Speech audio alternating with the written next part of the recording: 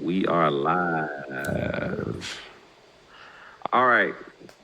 Welcome, everybody, to the Everyday Dads Unfiltered podcast, where we talk about wins, we talk about losses, and everything in between.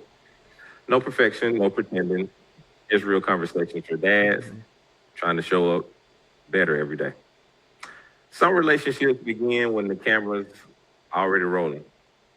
Our started before the lights ever even came on, from family functions, holidays, watching each other grow.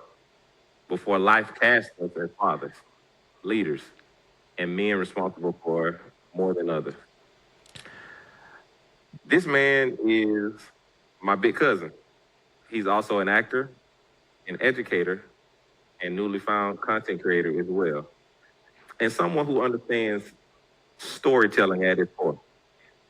He studied script, scenes, characters since we were kids, while also extending his knowledge to the FSU College of Fine Arts, Hollywood, under some of the direction of the greatest producers and screenwriters that we know. He's brought multiple roles of other people's lives into the screen, but that role that matters the most is being a dad to his son. No script, no rehearsal, and no director's yelling cut. Please help me welcome my big cuz, kind of like my brother, the Gary Andrews. Thank you. Appreciate it. I appreciate the warm introduction. Couldn't bring it better myself. See, People go. I'm People gonna not a be wordsmith. on I'm a IMDb numbers now. guy. You gonna have people on IMDb like, let me look up what he's done since he all this. Yeah, well, hey, let's talk about it. That might open doors. Right. You never know. All right. So first tonight, what we'll get into. Usually, I have like a mixologist moment, but I know you don't drink. Oh, you should So have made a we'll, mocktail for me. oh, see, no, see, I went another route. I went your route. What you All do? right. So tonight, what we're gonna do is we're gonna start off with a little bit of movie trivia. Okay. I'm gonna give you some movie scenes, some lines, some very simple lines, and I want you to tell me what movie it's from. Okay. All right. All right. Okay. I'm gonna start off with an easy one. Okay, and this one you did good.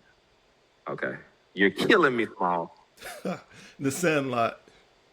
Okay, all right, cool. All right, one for one, one for one. All right, the next one. This is your brain, and this is your brain on drugs. Now that used to be a clip for keep Dare drug abuse resistance education, but Yeah. it was also used in A Nightmare on Elm Street 6. Freddy's dead. Johnny Depp said it. Okay, all right, two. Okay, all All right. right. I thought I was gonna push y'all off that one. Damn. All right, the next one. I see dead people. The Sixth Sense. Okay, all right. I think that was even. Four. That's so you 3 for 3. Okay. Four. Show me the money. Jerry Maguire. Dang. All right, and then this last one. All right. Life moves pretty fast. If you don't stop and look around once in a while, you can miss it. Life moves pretty fast. If you don't stop, you could miss it. Yeah. Is that Cars? Nope. Yes, I got it. What is that? Ferris Bueller's Day Off. Ferris Bueller's Day Off. Duh. Duh. Yeah. And guess what? And I own all of those actually. Every single one that you named, I own. See, yeah. All right. See, I told y'all the brother he is on the scenes, a And true actor. this is an Is with unfiltered us dad's tonight. moment now because my son just entered the room even though I told him not to. What's up, little cuz? You want to come But say all hi? right. You can say hi, then you have to exit. Armory, come say hi. Hi. What's up, Armory? How you doing? Good. Okay, now you have to I always got them pop with them popcorn. Always a bag a Always. day. It's time to get him a acting role for Right. what's a good popcorn? Orville Redenbacher. Or Red Bear. That's what he Yeah, eats. or Red Bear. Y'all get with my little cousin. All right, Right. so the first segment we're going to cover today is who raised you. Obviously, I have a better indication or illustration of what your upbringing was like, but I want you to explain to the people who raised you and where you're from, and what was your upbringing like in your household. I was born and raised in Havana, Florida. Grew up in Come the on, house man. with my mom, my dad, and my five siblings. So it was never, never, ever a dull moment. And the dirt roads of Havana, the streets of Havana, like you said earlier, we're cousins, but we're raised like siblings. So you were always at my house. I was always at your house. Your mom also had a part in raising me. Contrary to popular opinion, I did not live with my aunt. She was not my legal guardian. I was raised by my mom and my dad. I was just always with my aunt. So a lot of the teachings and things that I hold dear and I take with me as an adult also came from your mom. So Ab- Havana, born, raised. Absolutely. Um, Great upbringing. Yeah, it was a great upbringing. We come from humble beginnings, but our parents made the best of it. So we didn't know just how humble those beginnings were because we had every single thing we needed and we had Yeah, most of our wants. So they provided a household that was conducive to coping in society, growing in society, and education was always pushed and advocated for. yeah. If you all didn't know, we were both scholars in our own right. Like you said, education was always key, Right. and um, with that upbringing, like we were pretty much inseparable. Like you said, you didn't you probably would think that he was a brother of mine because we were always Right. together every weekend, um, going shopping or to the mall. But we always had to make a stop at some type of movie Listen, business so that he can get him a anywhere new that film. sold movies, your mom also contributed to. I've loved movies forever. The first film I saw in theaters, it was either because I think they all came out the same year. I don't know if I saw Beetlejuice, Who Framed Roger Rabbit, or Colors first, but I know I saw all of them at Mugs and Movies in Tallahassee, Florida, with your mom. I just don't remember which one I saw first.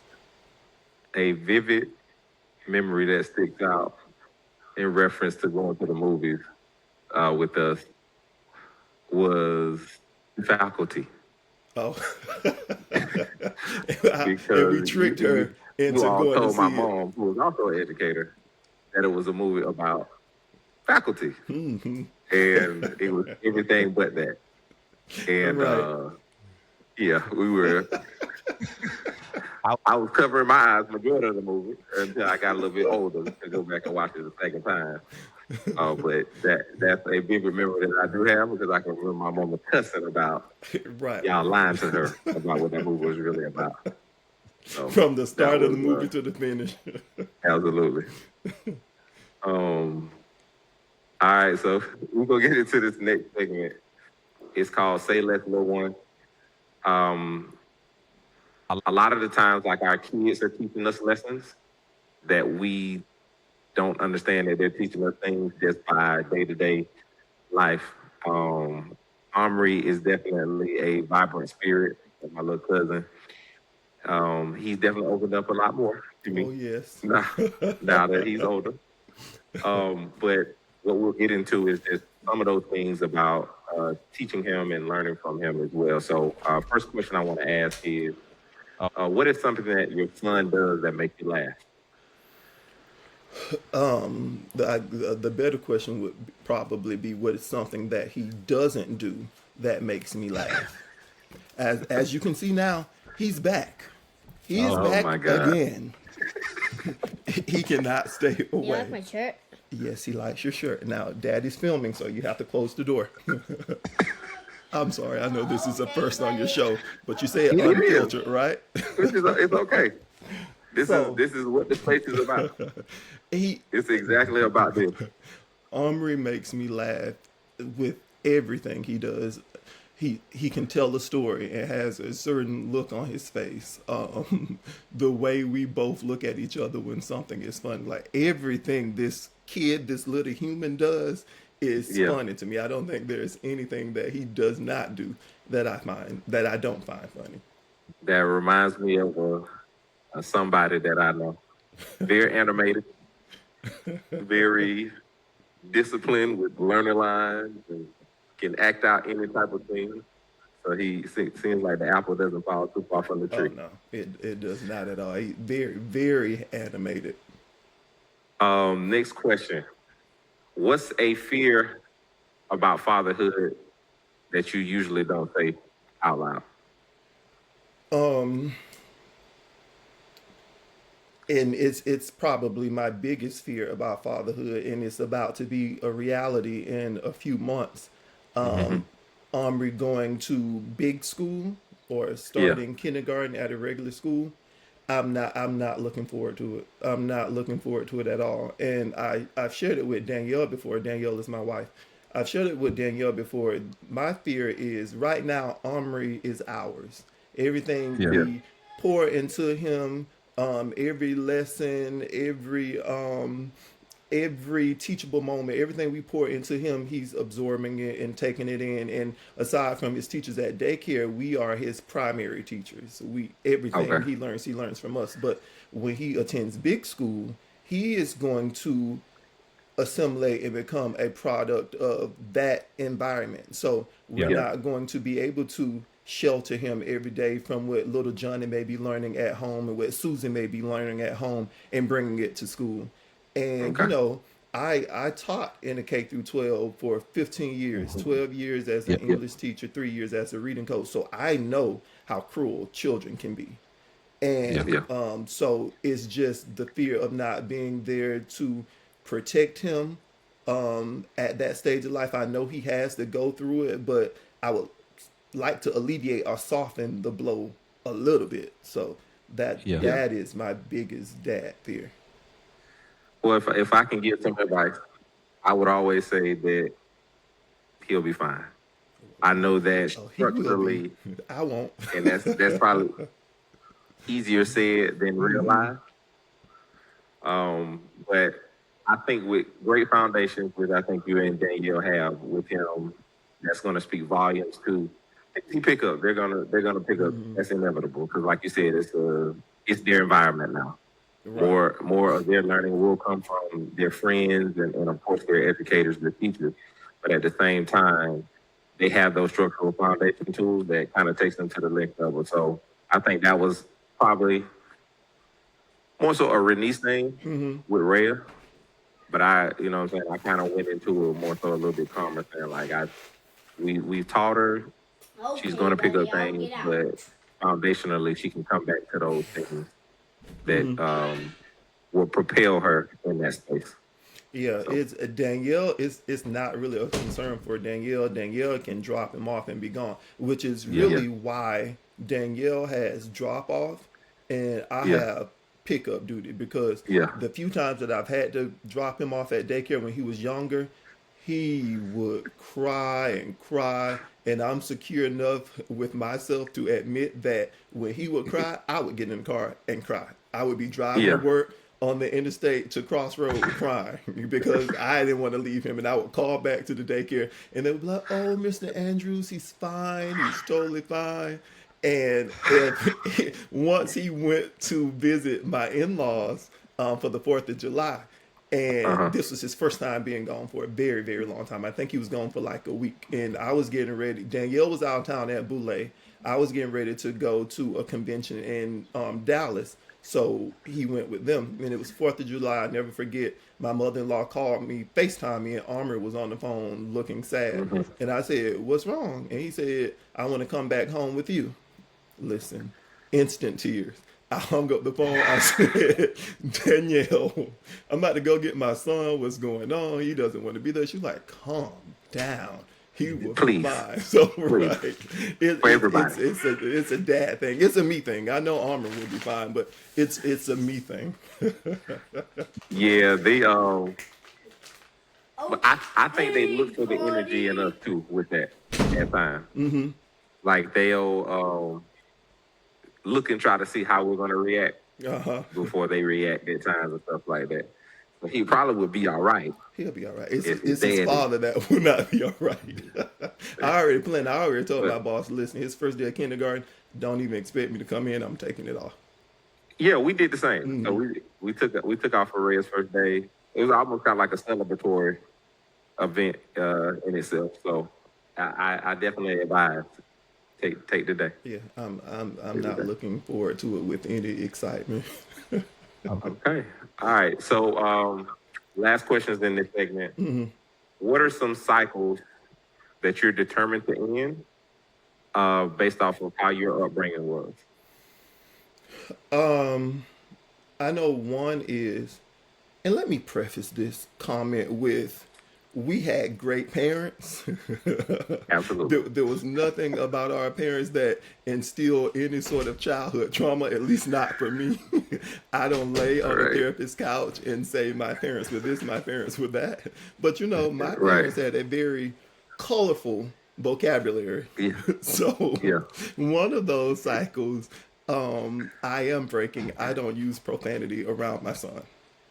Okay. Okay. Now, All All if right, right. cool. Cool. he has heard profanity, sometimes we can't monitor everything that he sees or hears on his iPad. We monitor it to the best of Right. our Right. ability, but he does not hear profanity from me nor my wife. So that's one I cycle got I you. got that I have broken. Even when I'm at my angriest, the few times I've been angry around him, I don't use choice words. I just don't use profanity around him. That's one. And I also, and before I got married, okay, this podcast is really unfiltered because he will not stay away. So he may need a guest starring credit. And the thing is, I told him before the podcast, because when I'm filming my podcast, he doesn't Uh come huh. Uh-huh. in. But see, Yeah. Danielle is away, so he doesn't have It's par anyone to for the keep him course. company. Right. The It is par second for the course. thing is, I don't whoop my son.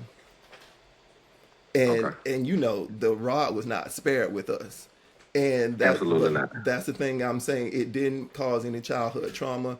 I don't want to say, oh, when I was a child I deserved to be to get spankings or whoopings, but the things that I did get whoopings for, it was Yeah. told over and Yeah. over and over again that I should not be doing whatever it is that I'm Gotcha. doing. So Yeah. I understood why I got them, but I Yeah. don't whoop my child.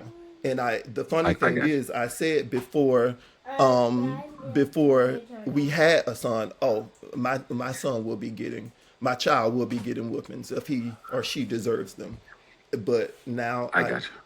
there are ways to discipline children and let them know that you mean business.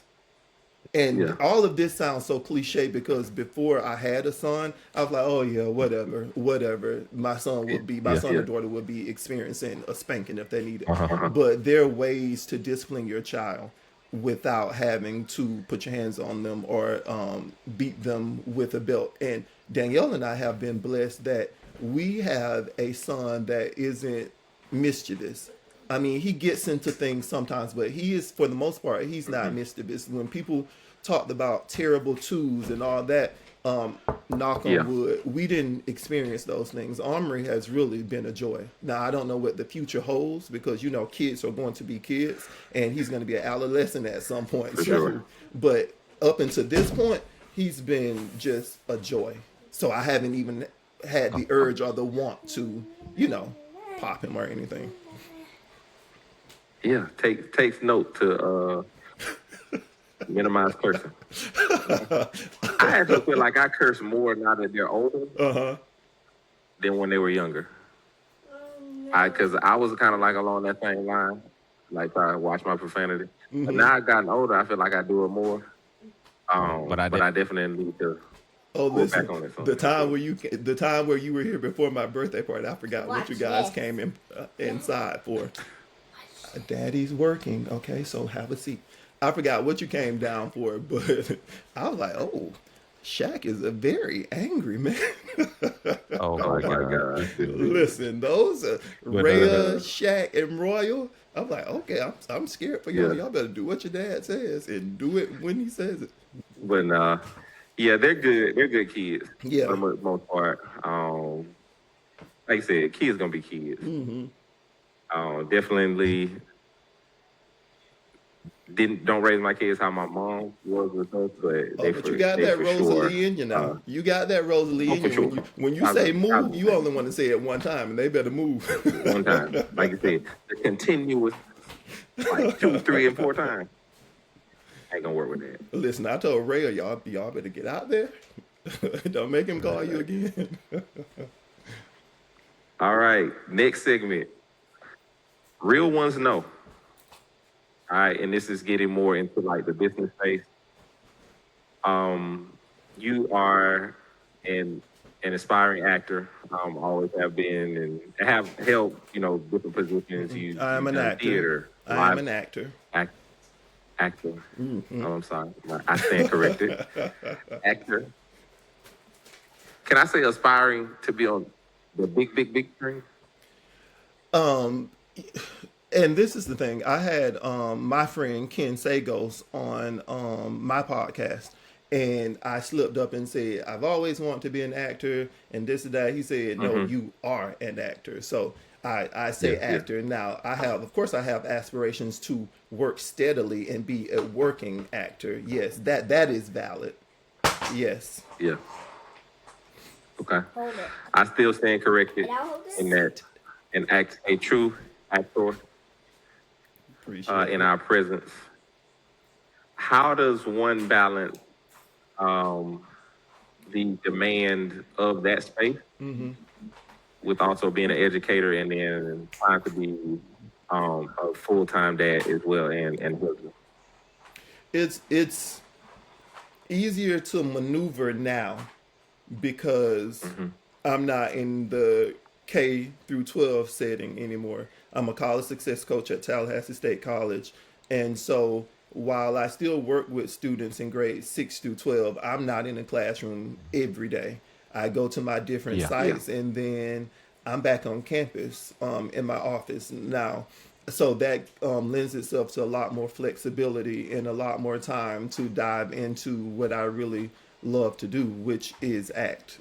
That's my passion. That's what I think about when I wake up. That's what I think about when I go to sleep. But when I was in the K to 12, I would have to go and teach all day, then come home and try to prep for an audition and get it to my agent because it's due in a few hours.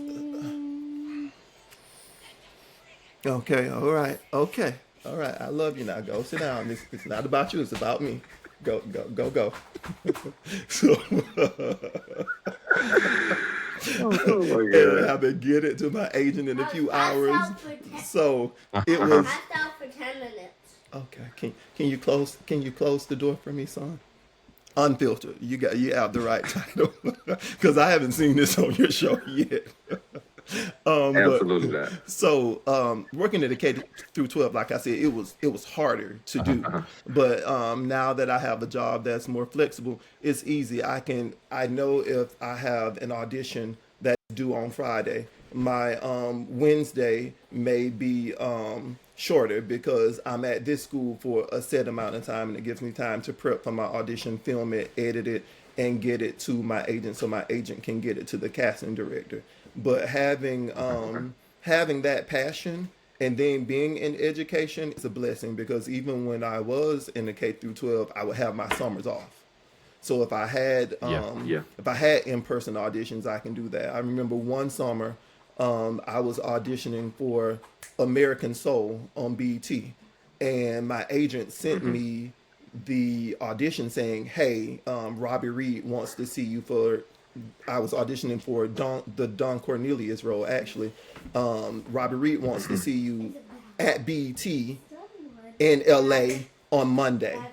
So I was actually going to New Jersey because I used to work in New Jersey during the summer, so I was going to New Right. Jersey that next day. One second, Armory, you have to be quiet so Dad can finish his interview, okay? So close the door, sit and watch your iPad, and remain quiet. So I had to fly to New Jersey on Sunday.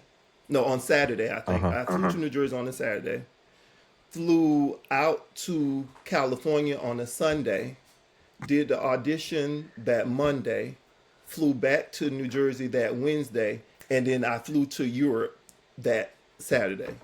Had I had a regular wow. job, that wouldn't have been possible. So it's a Gotcha. bonus or plus to working in education while pursuing acting at the same time. And I'm always upfront with all of my bosses, all of my supervisors. This is what I want to do. And while I'm waiting on that yes and pursuing this during there, once I get it, I just Hmm.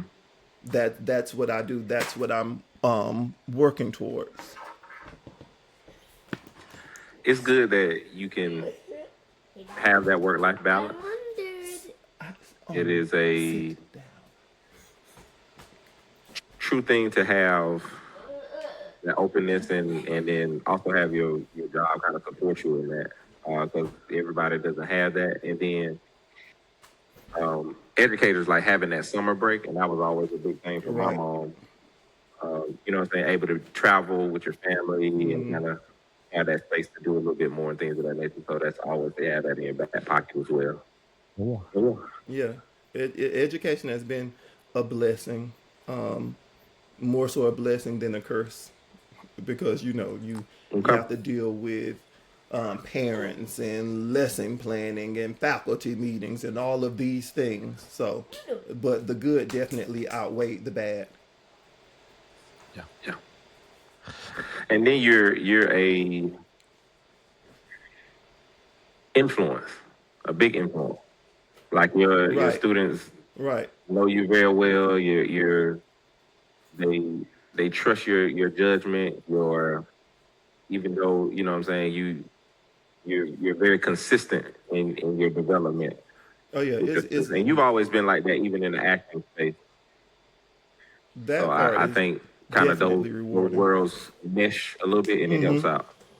The Yeah. Yeah. influence, like you say, is one of the most rewarding parts. Like I had students that came back to the school and became teachers while I was there. I have former students that have become my fraternity brothers. So and Yeah. said Yep. that I motivated them and I was the reason. So that part is really really rewarding, and the impact that I was fortunate enough to have on these children's lives will be long lasting.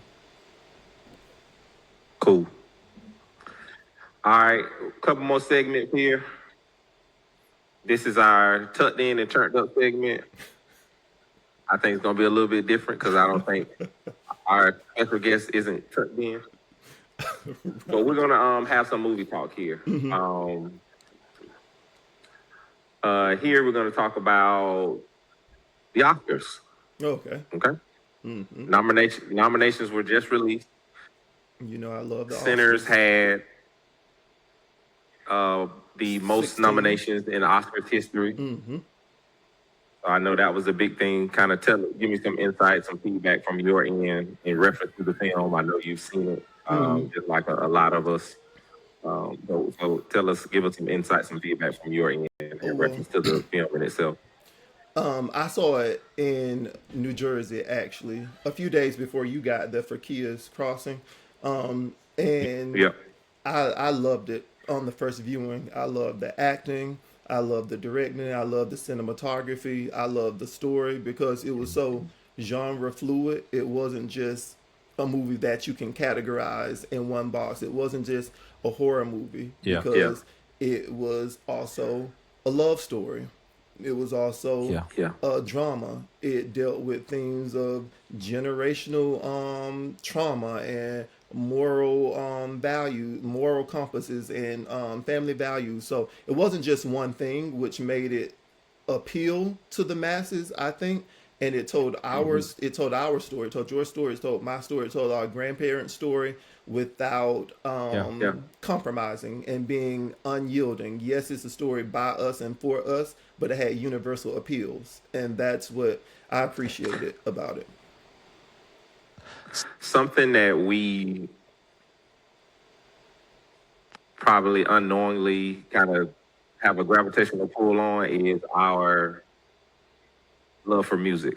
And in that movie, particularly, the scene with the theatrical moment where they kind of went in time And the with the, different you know what I'm genres saying, and with the styles of music music, yeah, portion. from different Tell cultures. us, tell us about that scene and what do you thought about how instrumental that was to the movie in itself? I think just like you just said, music brings people together. Yeah, While film will always be indelibly etched into your minds when you see it, especially if the film touches you.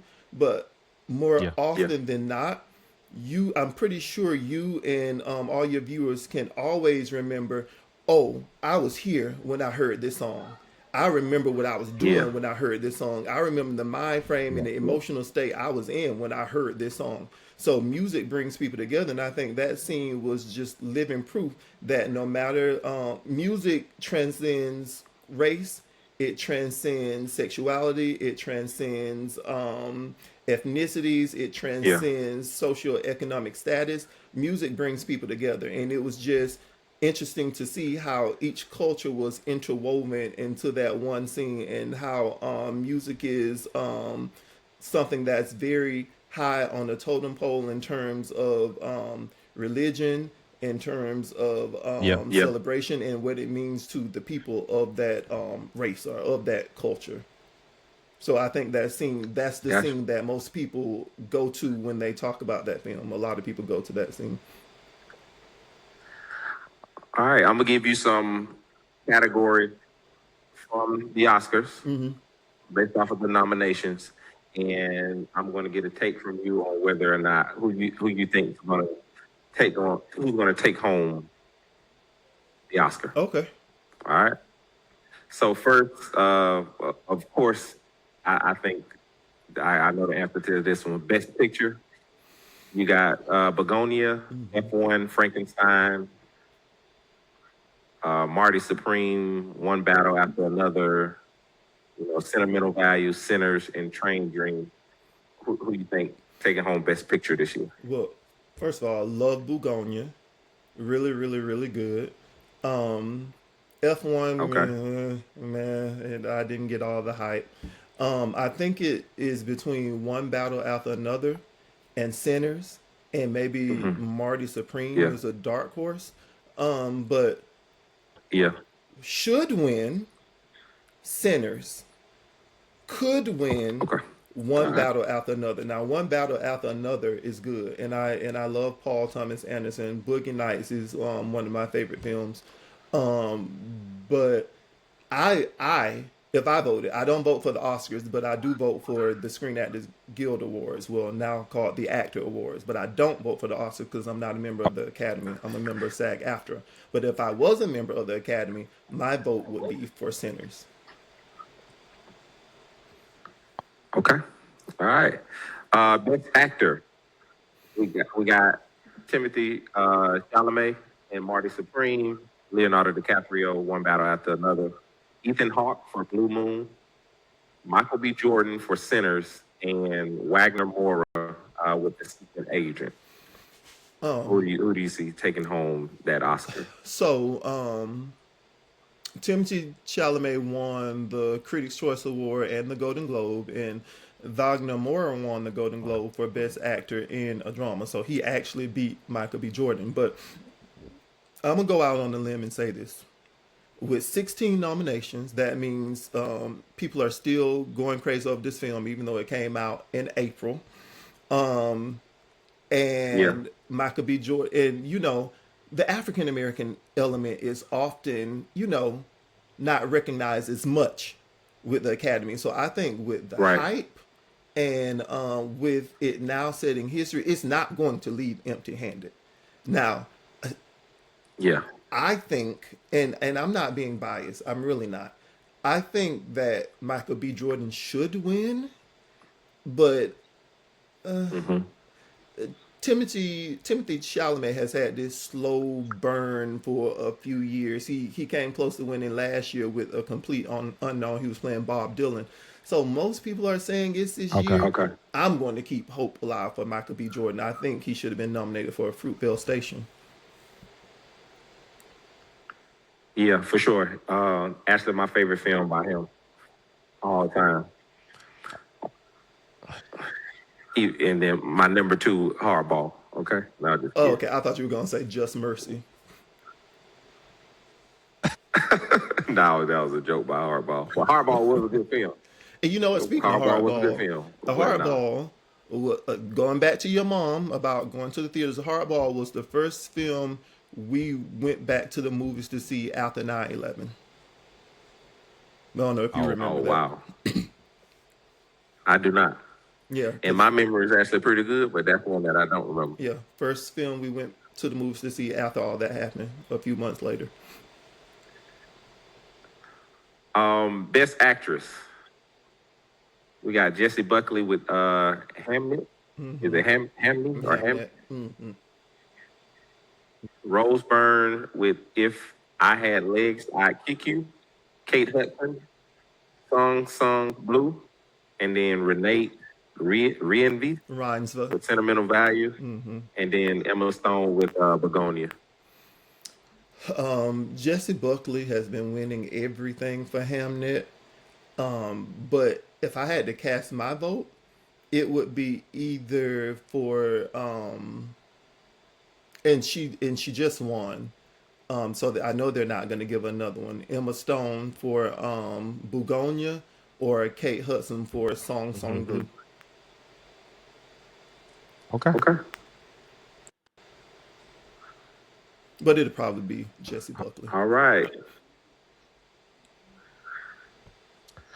Now, we've been talking all this film, and another thing that I want to get into before we kind of come to a whole close here and give some bad gems.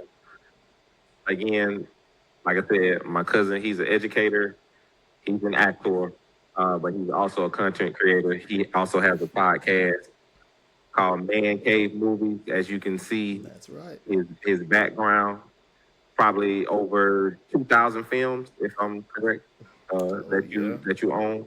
It's up there, yeah. Yeah, so Mhm. he since we were kids, this has been his thing. Right. I probably beat him out one time acting in a church play, for, a spinoff of the Wizard of Oz. Hmm. There, but outside of that, he's a true gem in the acting community, and has always been very very serious about his craft in that space. So y'all make sure y'all go follow some definitely good tidbits on films that we've had through our history and upbringing and stuff. Appreciate it. Next episode dropping will be a discussion about the movie A Thin Line Between Love and Hate. So check it out when it drops. See, come on, Coming soon. come on now, come on, Angela.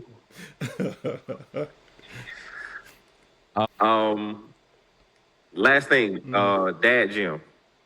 This segment, I always like to give a dad gym, some advice that you can give to other dads out there, in your case, whether they are raising one kid, 20 or two, just any type of gym that you can give to the podcast listeners. Oh, yeah, that's a good one. I know one, I would say be the type of parent that you needed, but also be the type of parent that you wanted. So your child will have grow up with that solid foundation, but also grow up knowing that they can come to you whenever. Because you have a lot of parents that are going to pour into you definitely what you need. And when I say what the type of Right. parent that you wanted, I'm not saying the type of parent that gave you everything. I'm talking about the type of parent that was easy to talk to, that you could go to no Yeah. matter what you've done, whether you were right, wrong, or somewhere in the middle. Be the type of parent that you need and the type of parent that you wanted. So that's one. And I would say one that is very important to me is no one has a clear blueprint on parenting. No one knows how to parent your child better than you parent your child. I don't care if Right. Right. your parents have raised you. Yes, your parents have raised you, so they should trust you with raising your own child. It's okay to say, well, I did this for you when you were growing up, or I did that for you when you were growing up, because you're not raising yourself, you're raising your child. So while you can take all of those things and all of those little nuggets that your parent give to you, but at the end of the day, remember that you are raising your child, and no one knows what's best for your child aside from outside of you and your spouse. Anything else you can take with a grain of salt, because sometimes there are some people that give great advice on parenting, but that's what worked best for their child. There's no one way to raise a child. You're going to learn as you go. There are going to be trials, tribulations. Sometimes your child may be forged by your fire, but you just have to do what's best and Yeah. what works for you and your household, and block all that other stuff out.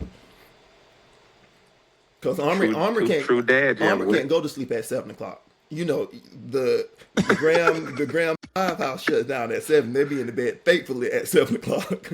That don't work. That doesn't They're work in for bed Armory. right now. And then not only do they Absolutely get in in bed, bed they right get now. in bed and they go to sleep.